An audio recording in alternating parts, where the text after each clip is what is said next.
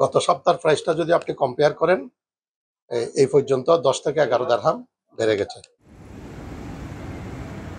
স্বর্ণের মূল্য ঊর্ধ্বমুখী হওয়ার কারণে বিশ্ববিখ্যাত স্বর্ণের বাজার দুবাই গোল্ড সুকে ক্রেতার সংখ্যা অনেকটা কমে গেছে। অতি প্রয়োজন ছাড়া চড়া মূল্য দিয়ে স্বর্ণ কিনতে আগ্রহী না সাধারণ ক্রেতারা। গোল্ড সুকে বাংলাদেশি প্রতিষ্ঠানগুলোতে বাংলাদেশি ক্রেতার সংখ্যাও শতকরা ২০ ভাগে নেমে এসেছে, যার কারণে ব্যবসায়ীরা আর্থিক ক্ষতির সম্মুখীন হওয়ার শঙ্কার কথা জানিয়েছে। বাংলাদেশে বর্তমানে এখানে যদি হিসাব করি ১,১৫,০০০ টাকা করে ভরি পড়তেছে, যেটা আগে ছিল ১,০০,০০০, ১,০০,০০০, ২,০০০, এই বেশি না ১৫-২০ দিন আগেও এরকম ছিল, কিন্তু ইদানিং খুবই হাইস্ট রেঞ্জে চলে গিয়েছে গোল্ডের প্রাইস, যার কারণে এখন সেলটা খুবই কমে গিয়েছে। গত সপ্তাহের প্রাইসটা যদি আপনি কম্পেয়ার করেন, এই পর্যন্ত ১০ থেকে ১১ দিরহাম বেড়ে গেছে। ১০ দিরহামে আমার মনে হচ্ছে ওই 300 সামথিং হয় আর কি বাংলাদেশ টাকায়, যেটা আপনার বৃদ্ধি পেয়েছে।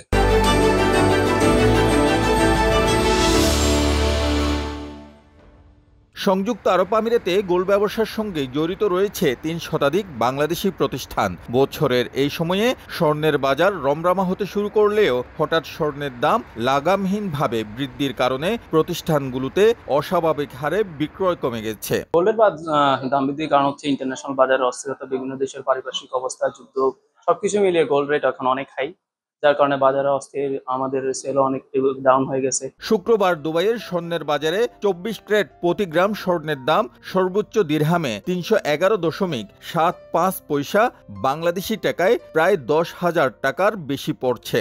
২২ ক্যারেট স্বর্ণের দাম ২৮৮.৭৫ পয়সা আর ২১ ক্যারেট স্বর্ণের দাম ২৭৯.৫০ পয়সা। বৈশ্বিক সংকট কাটিয়ে না উঠলে এই দাম আরও ঊর্ধ্বমুখী হতে পারে বলে জানান ব্যবসায়ীরা।